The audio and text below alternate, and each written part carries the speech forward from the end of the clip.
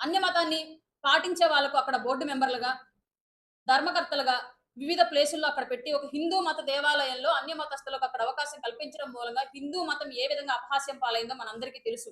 దాంట్లో భాగంగానే తిరుపతి లడ్డు కల్తీ జరిగిందన్న విషయం కూడా మనందరికీ తెలుసు. దానికి ప్రాయశ్చిత్తంగా గౌరవ ఆంధ్రప్రదేశ్ రాష్ట్ర ఉప ముఖ్యమంత్రి వర్యులు పవన్ కళ్యాణ్ గారు చేపట్టినటువంటి ప్రాయశ్చిత్త దీక్ష 11 రోజులు ముగించుకొని నిన్న ఆయన కాలి నడక మార్గంలో తిరుపతి చేరుకొని ఈ రోజు దీక్ష విరమణ చేస్తున్నారు. అలాగే రేపు తిరుపతి వేదికగా చేసుకొని వారాహి సభ కండక్ట్ చేయబోతున్నారు. వారాహి సభలో పూర్తిగా సనాతన ధర్మ బోర్డు ఎందుకు కావాలి?